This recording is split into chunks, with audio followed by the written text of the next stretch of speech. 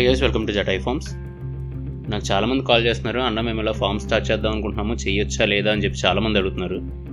అలాగే కొత్తగా form start చేసే వాళ్ళు చేయాలి అంటే ఎటువంటి జాగ్రత్తలు తీసుకోవాలని చెప్పి కూడా అడుగుతున్నారు. సో ఇటువంటి కన్ఫ్యూషన్లోనే చాలామంది కోసం ఈరోజు ఈ వీడియోలో అసలు ఫార్మ్ స్టార్ట్ చేయొచ్చా లేదా, చేయాలంటే ఎటువంటి జాగ్రత్తలు తీసుకోవాలనేది చెప్పబోతున్నాను. ఫ్రాంక్గా చెప్పాలంటే నేను ఫార్మ్ స్టార్ట్ చేసి 3 సంవత్సరాలు అయింది, ఇది 4వ సంవత్సరం. సో ఈ 4 సంవత్సరాల్లో ఫస్ట్ ఇయర్ నాకైతే అసలు ఆ కోళ్ళ గురించి ఏమీ తెలియదు. సో ఫస్ట్ ఇయర్ తర్వాత నీకెందుకు నేను ఉన్నాను కదా, మొత్తం నేను చూసుకుంటానని చెప్పిన మా తాతగారు చనిపోవడంతో నాకు నేనుగా కోళ్ళ గురించి ఒక్కొక్కటి తెలుసుకోవాల్సి వచ్చింది. ఆ తెలుసుకునే క్రమంలోనే నాకులాగే ఇలా చాలామంది పెట్టి ఏం చేయాలో ఏంటో తెలియక చాలా నష్టపోతున్నారనే విషయాన్ని కూడా తెలుసుకున్నాను. సో ఆ తర్వాత మనం యూట్యూబ్ ఛానల్ స్టార్ట్ చేయడం జరిగింది. యూట్యూబ్ ఛానల్ ద్వారా మనం ఏమేమైతే నేర్చుకున్నామో అదంతా అందరికీ తెలియాలి అని చెప్పేసి మనం వీడియోస్ అయితే పోస్ట్ చేయడం జరుగుతుంది. సో ఇప్పటికీ మన యూట్యూబ్ ఛానల్ స్టార్ట్ అయ్యి 1 ఇయర్ దగ్గరికి అవుతుంది. సో అలా 2వ సంవత్సరం నుంచి నేను కోళ్ళ గురించి తెలుసుకోవడం మొదలుపెట్టాను. సో అప్పటి నుంచి ఇప్పటి వరకు ఏది మంచి, ఏది చెడు, ఏది చేయాలి, ఏది చేయకూడదు, ఏది ఎలా చేయాలని తెలుసుకుంటూ వచ్చాను. నన్ను కూడా నా వాళ్ళు చాలా మంది పెట్టిన తర్వాత చాలా నష్టాలు వస్తున్నాయి, దీని మీద మొత్తం నాశనం చేస్తున్నాం, వద్దు తీసే అది ఇది అని చెప్పి చాలా మంది చాలా చెప్పారు. అలాగే వాళ్ళు చెప్పినట్టు నష్టపోయాను. అలాగే ఎక్కడ నష్టపోతున్నానో తెలుసుకుని దాన్ని లాభంగా మార్చుకోగలిగాను కూడా. చాలా యూట్యూబ్ ఛానల్స్ లోనే, అలాగే న్యూస్ ఛానల్స్ లోని ఉద్యోగాలు, సాఫ్ట్వేర్ ఉద్యోగం కూడా వదిలేసి నాటుకోళ్ళ వ్యాపారం మొదలుపెట్టి లక్షల కోట్లు సంపాదిస్తున్నారు అని చెప్పినంత ఈజీ కాదు ఇందులో మనం సక్సెస్ అవడం. సో నాకు తెలిసిన ఒక పెద్ద నాకు చెప్పిన మాట ఏంటంటే, ఈ కోళ్ల వ్యాపారంలో 100కి 99 మంది నష్టపోతున్నారని చెప్పి ఎప్పుడు చెప్తూ ఉంటారు. సో దీన్ని బట్టి నాటుకోళ్ల ఫామ్ స్టార్ట్ చేయొచ్చా అని అడిగే వాళ్ళు ఫస్ట్ తెలుసుకోవాల్సిన విషయం ఏంటంటే,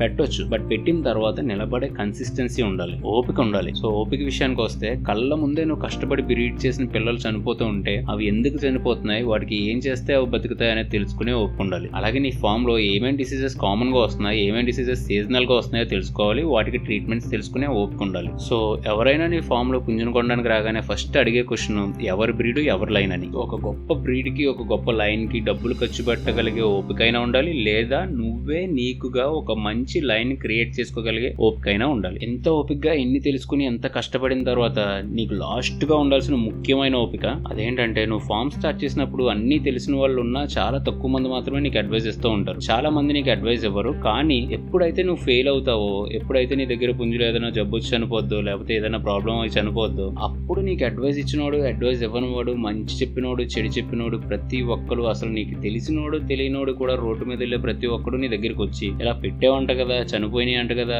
నీకెందుకు వచ్చిందిరా ఇదంతా, ఇలా ఎందుకు చేస్తున్నావురా, అది ఇది అని ఇన్ని మాటలు మాట్లాడతారు. ఇవన్నీ తట్టుకోగలిగే ఓపిక నీకు మెయిన్ గా ఉండాలి. సో ఎంత కష్టపడి ఇన్ని మీరు తెలుసుకుని ఎంత ఓపికగా ఉండి ఒక్క 4 సంవత్సరాలు మీరు నిలబడగలిగితే 5వ సంవత్సరం నుంచి మీకు సక్సెస్ తో పని ఉండదు. ఏ కష్టం వచ్చినా కానీ మనం ముందుకెళ్ళిపోగలం అనే ఒక ధైర్యం మీకు వస్తుంది. సో ఆ ధైర్యమే మీకు సక్సెస్. సో ఇప్పుడు ఇంకా ఎవరైనా నన్ను ఫామ్ పెట్టచ్చా అని అడగాలనుకుంటే దానికి సమాధానం నా దగ్గర లేదు. మీ మనసులో ఉన్న ధైర్యాన్ని అడగండి. ఒక్క 4 సంవత్సరాలు నాతో ఉండి నిలబడగలదు అని అడగండి. ఓకే, ధైర్యంగా నిలబడగలమని మీరు అనుకుంటే మీరు ఫామ్ పెట్టొచ్చు. సో ఇది ఈ రోజు మన టాపిక్. ఈ వీడియో మీకు నచ్చితే లైక్ చేయండి, కామెంట్ చేయండి. అలాగే మీకు తెలిసిన వాళ్ళు ఎవరైనా కోళ్ళ రంగంలో ఉంటే ఈ వీడియో హెల్ప్ అవుతుంది అనుకుంటే వాళ్ళకి షేర్ చేయండి. Thank you.